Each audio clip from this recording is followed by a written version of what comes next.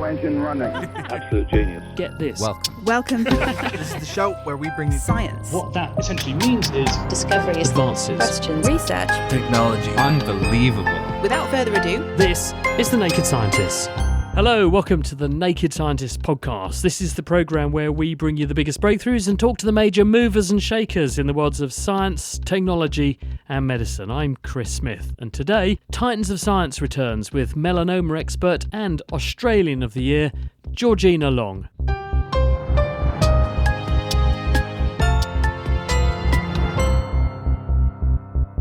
Georgina Long was born in Sydney in Australia in the 1970s. She grew up with her parents and 5 siblings in the inner city of Sydney, but she also spent some of her formative years in the United States and in Europe. Georgina attended secondary school at Santa Sabina College and then commenced a combined science and law degree, majoring in maths and chemistry at the University of Sydney. She graduated in 1993 with first-class honours and a university medal, and then completed her PhD at the same university in 1996. That was in organic chemistry. She was then awarded a Fulbright postdoctoral fellowship at the Scripps Research Institute in California. On returning to Australia, Georgina embarked on a medical degree, which would go on to define her life's work treating melanoma, the skin cancer. After finishing her medical degree, she completed her specialist training in medical oncology, in other words, as a cancer specialist. Fast forward a quarter of a century, Georgina is now Medical Director of Melanoma Institute Australia and a practicing cancer doctor in Sydney. Today, she leads a large team that helps to tackle melanoma by using groundbreaking techniques to overcome a cancer that is very common both in her country and the world at large, work that would see her named 2024 Australian of the Year for slashing the risk of dying from the disease. But might that not have happened if she pursued a career in law rather than medicine? I'd done 3 subjects in law in second year, but decided, you know what, I'm always looking for the science subjects to study and to learn about, and the law became this thing I had to do in order to get to my chemistry and maths. So I then stopped doing the law and then focused on my science. So ended up doing a PhD in chemistry. So I've always just followed what I really enjoy and what I'm good at. I wondered if it was a rebellious streak, because I was looking at your biography and you are from a sort of medical family. And I wondered if you were desperately trying to prove that you could do something different before being sucked back into what your DNA said and become a doctor. It was a bit of rebellion, not going into the medical channels, but also a curiosity, an expansion. I knew very little about the rule of law, about structures and governance, and how societies put in boundaries for behaviours. I found it very educational. I don't regret it at all, but it wasn't my thing that made my heart sing. You did, of course, return to the medical fold with a medical degree subsequently, and then ended up doing oncology, and that took you down the melanoma route. But why did you go down the cancer path? What drew you to that? I do love chemistry. I also love maths. I enjoyed physics, really enjoyed biology. And so oncology, particularly medical oncology, the study of drugs and cancer, was right up my alley in terms of structures that are drugs, molecules, atoms making molecules that can be given to humans to try and fight cancer in its simplest form. So because I really enjoyed mechanistic studies, I enjoyed how these larger molecules made of many atoms fold and change and then interact with other large molecules like proteins and then can impact a whole cell, like a cancer cell or a normal cell, that's side effects from drug therapies, was just a great interest combined with the desire to make a difference. And cancer was a disease, and it still is, where we have not got a hold of it. We have started to cure more cancers where we couldn't before, but it still remains a problem. And so there is a drive for me to try and make a difference. And the choice of melanoma, specifically of all the cancers, was it because that is not just a big international headache with rising rates, but because it's particularly a problem in Australia? Absolutely. It was dismal when I went into the field of melanoma. So, melanoma is a skin cancer. There are many types of skin cancer. The three most common are a cancer called basal cell carcinoma. It's the most common. Then there is squamous cell carcinoma, and then there's melanoma. There are others as well that are much rarer. And melanoma is the deadliest, meaning that once you form that initial melanoma, it can sometimes look like a mole, but a raggedy mole. It doesn't always have to have color in it, like a dark mole. It can be pink sometimes. The cancer cells that make that melanoma on the skin can spread, can get into the circulation very easily, often before a person will even notice that they have a melanoma on their skin, a changing thing on their skin, whether it be black or not. So the cancer cells love to travel and love to get away from where they originally started. And that's called metastasizing or spreading. And so what happens is melanoma gets into the bloodstream or the lymphatics, which I can explain in a minute, and then spreads around the body and sets up its home. These little cancer daughter cells, children of the original primary melanoma, set up home all around the body. It can go to the lungs, it can go to the liver, it can go to the bones, can go to the brain and grow and cause a person to die. It's like a parasite that sucks the energy out of the person and takes over important structures that stop functioning, and then people die. So it is the deadliest form of skin cancer. So I saw an opportunity. Australia has the highest incidence of this cancer, melanoma, in the world. We also have the highest incidence of the other skin cancers, basal cell and squamous cell. And there was nothing that was stopping it from spreading and nothing that would work to stop it from killing people other than surgery, trying to cut it out early enough, or if it was indolent, sort of slow and sluggish, you might be able to cut it out once it hit the lung, as long as it hadn't hit anywhere else, as long as it had not set up home in other parts of the body. But that was not common. Most people would die within 6 to 9 months was the average. And we had so much of it in Australia. And we were getting nowhere with drug treatment specifically. So I wanted to harness that and fix it. What's the reason for the incredibly high incidence? Is it just because Australia is very sunny and a lot of the people look like you and me, as in very, very low melanin in the skin, so we're very susceptible to sun damage? Yes, that is the main reason. Over 90% of skin melanoma is caused by UV damage, so sun damage. What happens is the UV, where our skin forms a protective layer from these cells called melanocytes. They're normal. They're the ones that have the melanin, which is pigment. In summer, when we are exposed to the sun or UV, our melanocytes turn darker. It's supposed to protect us from the damage from the UV, the mutations it can cause in those melanocytes. However, if you're fairer and you're exposing yourself to the sun and you don't have a lot of these melanocytes, you tend to have more mutations and not be able to protect yourself as well as someone who is very dark. People who are dark still can get melanoma or darker. It doesn't protect you completely, but we certainly see more melanoma in fair-skinned people. So these melanocytes get all mutated, trying to produce this pigment, and then they become a melanoma cancer cell. So it changes from normal melanocyte to a cancer cell melanoma. And when you have a tan, and this is the great travesty of social media, is we're really seeing tans taking off in the fashion industry. And it is only a fashion. Tans are where your melanocytes are producing pigment because they're under stress. It is an SOS from your skin.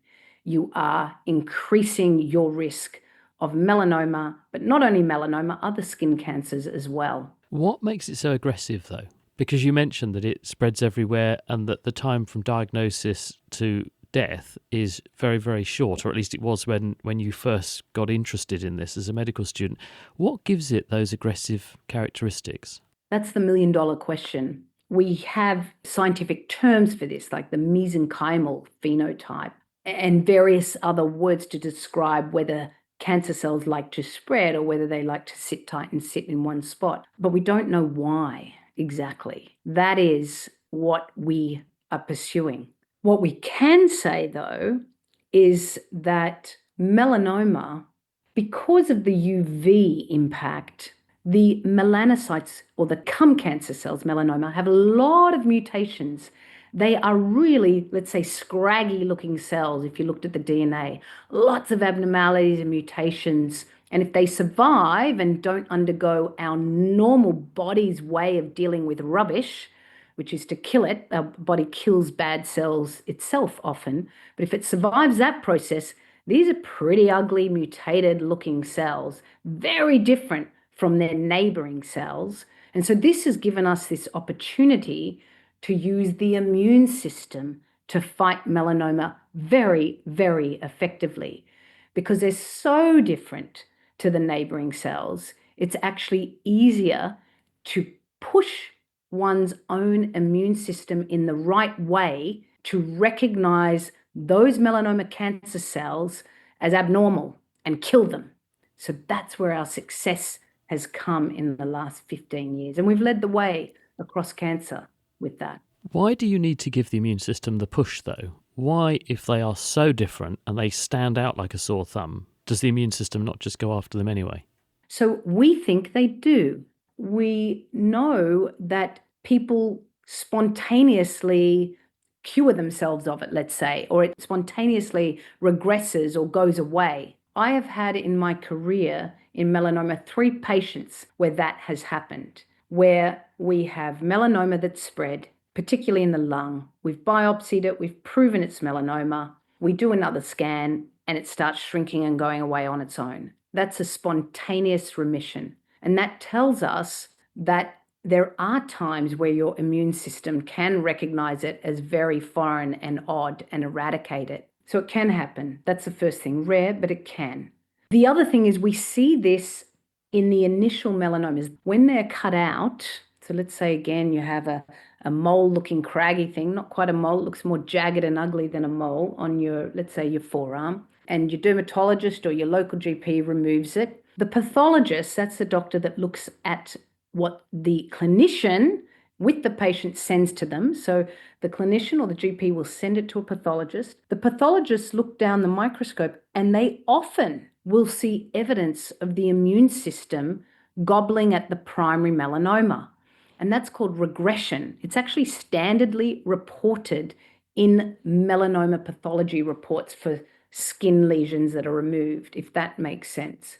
And so that's another hint we've always known about, that melanomas have a relationship with the immune system, and sometimes the immune system can gobble at it a bit, but a clone escapes that the immune system can't quite get at. They get exhausted. So their T cells do a lot of this work. They are a type of immune cells that our body has. T cells talk to a lot of immune cells in our body, for example, antigen presenting cells or B cells or natural killer cells. They all have what we call macrophages, crosstalk, and they relate to one another. So they all have a role, but the T cell is the gobbler. It actually digests and kills the cancer cell.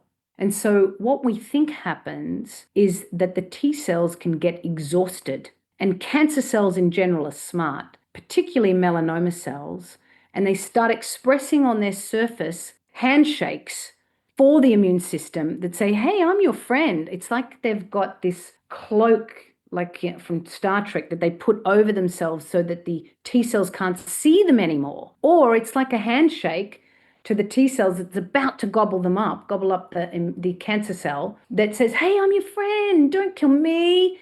But that handshake, that's a receptor to a ligand for those who like the nitty gritty, then tells the T cell, this is a friend, hold it, mate, hold it, stop it. And the T cell can get exhausted with these handshakes to the cancer cells. So they get into, it's like a car that just won't start, but you can hear it go, but it won't start. So that's an exhausted state of the T cell. And so it can't quite eradicate all the melanoma. So immune drugs that I use and that I have developed in humans tackle that handshake. They obstruct that handshake from the cancer cell to the immune cell, allowing that immune cell to not get so exhausted and kill off the cancer cell. The Naked Scientists podcast is produced in association with Spitfire, cost-effective voice, internet and IP engineering services for UK businesses. Find out how Spitfire can empower your company at spitfire.co.uk. Music in the programme is sponsored by Epidemic Sound, perfect music for audio and video productions. This is the Naked Scientist podcast with me, Chris Smith, and today the Australian melanoma expert Georgina Long is the first of this season's Titans of Science.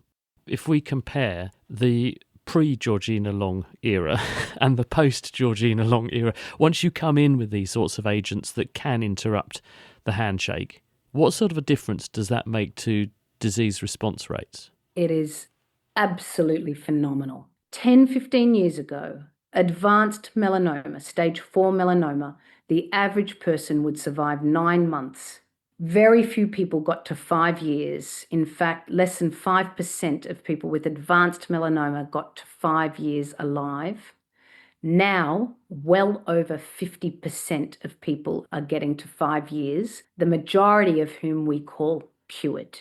When we look at the death rate of all these patients that we're giving these immune treatments to, when we look at just their overall survival, it's about 50% at 10 years. But many of those deaths between 5 years and 10 years are not melanoma. People are just getting older and dying of other causes. So a melanoma-free survival is well above 50%. And does this work for everybody? Or are there some subsets where you can say these have really good prospects? Because not all melanomas are made equally, are they? Are there people whom you can say, well, they're going to have a really good outcome, whereas others still don't, and we need to go after those a bit more? That's a big area of our research. There are certain features that tell me, oh, they're going to do well. So the older patient who's a bit of a walking carbuncle, we say jokingly, but they've got lots of skin cancers. You can see chronic sun damage. They've probably spent their life on the water or in a yacht. You know that those people have a better chance of responding. We know older people over 70 have a better chance of responding. We also know certain sites have a higher chance of responding. So if the melanoma plants its home in the lung and lymph nodes, we have them everywhere, thousands in our neck, in our chest, armpits, elbows, all through our abdomen, groin, behind our knees, they're everywhere. And we know cancer likes to go to lymph nodes, even though lymph nodes are our fighter system for when we get bacterial or viral infections. So if melanoma has spread there as well, we know they tend to do better. So there are certain places melanoma likes to go, which we know do better than others, or things that don't do well. So bone, melanoma spreading to the bone, melanoma in the liver, and melanoma in the small bowel tends not to do quite as well as those other places I mentioned if it spreads there.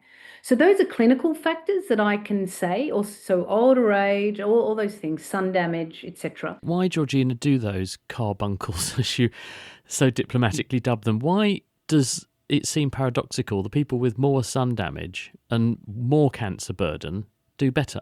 Because they've got a more mutated abnormal cancer cell that we can get those exhausted T cells to see. They're so abnormally mutated from the sun. It's not that difficult to obstruct that friendly handshake between a cancer cell and the immune cell. The T cell can quickly change tack and say, yeah, you're an enemy. What? Don't you try and fool me, cancer cell. I can see this other bit of you that's really abnormal. No, I'm going to get you. It's the level of mutation. So then that actually is a beautiful segue, Chris, to describe the other ways we know patients are going to do well. So I've described what we call the clinical features, so things that I notice as a doctor, and we've actually measured now, because often in medicine that's what happens. If you see enough of it, which is I'm a big proponent of that we have centers that see a lot, so you get good expertise. If you have lots of observations, you can then make a difference quicker. And as I said at the beginning, I want to make a difference. So we see so many patients at Melanoma Institute Australia. That allows us and allows me as a clinician to pick up patterns. And then we say, hey, I'm seeing a pattern here. Is it true? Is this really true? Again, that's the curiosity in me. And then we go and study it and say, yes, actually, it is true. We do see a much higher response and cure rate in people over 70. And we do see it in people with scalp melanomas in men because they get so much sun up there and they don't wear their hats. So we've done that. We know that those things do relate to a better response, but we also do it on what we call molecular features. So that's where we biopsy the melanoma and we interrogate the melanoma using all of our techniques. So what we use is the DNA. We sequence the DNA from the melanoma.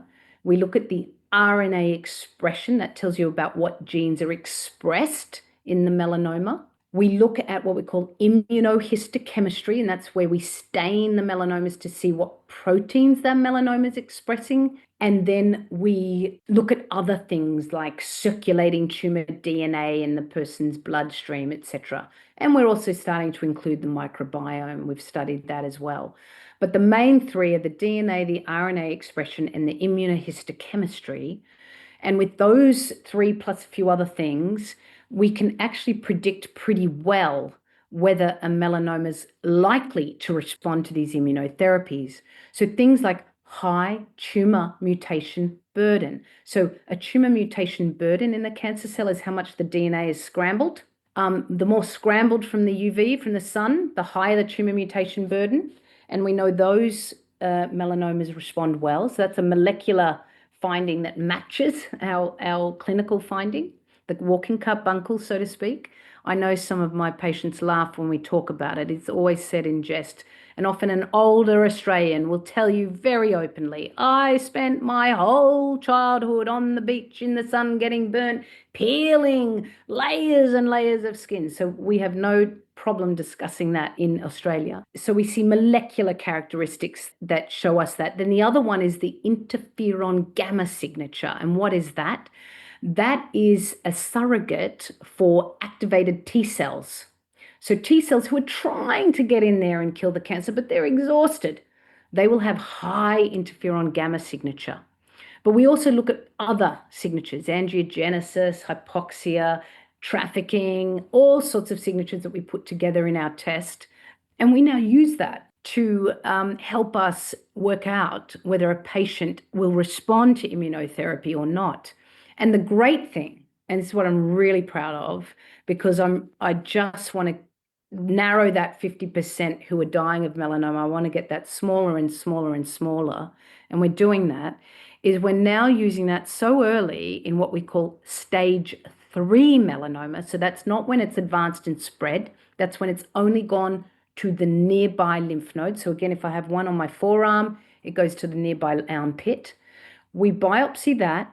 We decide whether they're going to respond to our standard treatments. And in Australia, we've now got these pre-surgery drugs approved on the PBS. That's our formulary, government formulary, for all Australians. And we give them 2 doses of that standard treatment. And I'm very proud to say that's the first time academics, myself and the team at Melanoma Institute Australia, we got that on the government formulary. It's usually a drug company, but not these two. And if they're not, if we do this test and we say, no, you're not going to go well on this, we put them immediately onto novel therapies before surgery. And then we cut the tumor out and we will learn so much. We see whether the novel therapy is attacking the tumor. We see how much is left. And if it didn't work, we've got all that tissue to interrogate and explore and try and understand the mechanism of resistance. And we actually want to push this way of thinking across all cancer. When you give these drugs, though, that interrupt the handshake and re-energise these fatigued T cells, is there not a danger, though, of us driving the immune system too far the other way? And we might start to disclose attacks on organs and tissues that we don't want? Absolutely. When we're using these immune stimulants, and everybody's immune system is very different, highly individualized, we can overstimulate or just stimulate the immune system in the wrong way. The immune system is such an intricate thing. It is one of the most marvelous things our body has, that you can push it in the wrong way for some individuals. But this is the art of managing these drugs and humans. Chemotherapy has been used in cancer for decades, and that's very different. That directly kills the cancer cells. And so the concept with chemotherapy is keep killing, keep giving it every 2 to 3 weeks until the patient can't take it anymore, basically. Because you want to kill the cell cycle, the cancer cell cycle, get it at the right cell cycle. Immunotherapy is completely different. We are not killing the cancer cells directly with our drug. Yes, we infuse the drug through a vein into the body and it courses around the body, but the drug is not doing the work. The T cells are. Your own immune system is. So we shouldn't be dosing these drugs at a very specific interval. That's just been empiric, meaning we've selected that arbitrarily to develop these drugs. What we should be doing, and what I do and what we do in my department at Melanoma Institute Australia, is we individualize. We give one dose and we see the patient 3 weeks, 4 weeks later, and then we assess how active their immune system is, whether they've got any side effects, some of which we can see on blood tests, some of which we can see simply by talking to our patient. 90% of it's in the history, or examining our people that we're looking after. And then we decide whether to go in with another boost to stimulate that immune system. Can you translate the learning and the success from your skin cancer, melanoma work, to other cancers? Because the mechanisms of cancer, although the tissues and cell types may be different, many of the mechanisms are bound to be the same. So will the same tricks work elsewhere? Absolutely. And that's what we've seen. So these drugs were developed in melanoma. I was part of that. There were also these BRAF targeted drugs that are not immune therapy that we were developing back in 2009. So developing these drugs in humans for the first time, and then watching every single drug that is approved for melanoma has now been used and repurposed for many, many other cancers. In fact, the PD-1 immunotherapy I spoke of that was developed in melanoma is now one of the most commonly used anti-cancer drugs. It's used in lung cancer, where it cures about 15%. It's used in kidney cancer, where it cures between 40 and 50%. It's used in cutaneous squamous cell carcinoma, another cancer, where it cures over 60%. Merkel cell carcinoma, another 50 to 60%. And the list goes on and on and on. So yes, it can be used in other cancers, and it is. It's not used in all cancers because some cancers it does not work in. It's used in triple-negative breast cancer very successfully. So, but there is still a lot to learn on how best to use these drugs, how best to combine them with legacy drugs, drugs left over from the past that used to be used in cancers, chemotherapies particularly, and how to manage side effects. And so in melanoma, we really are leading the way in pure immunotherapy use. But as I said, what I'm most excited about is the other 50% trying to cure them. And that's what I refer to as the third space in melanoma. And these are patients who are still dying of melanoma, where these checkpoint immune therapies do not work. And so all of my research and clinical efforts, I work towards that group, the third space. And what we learn in melanoma from the third space will be applicable to many, many other cancers.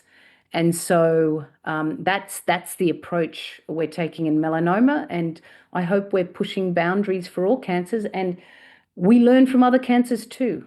It's a two-way street. Georgina Long, and an amazing and insightful pioneer in the management of a very important skin cancer.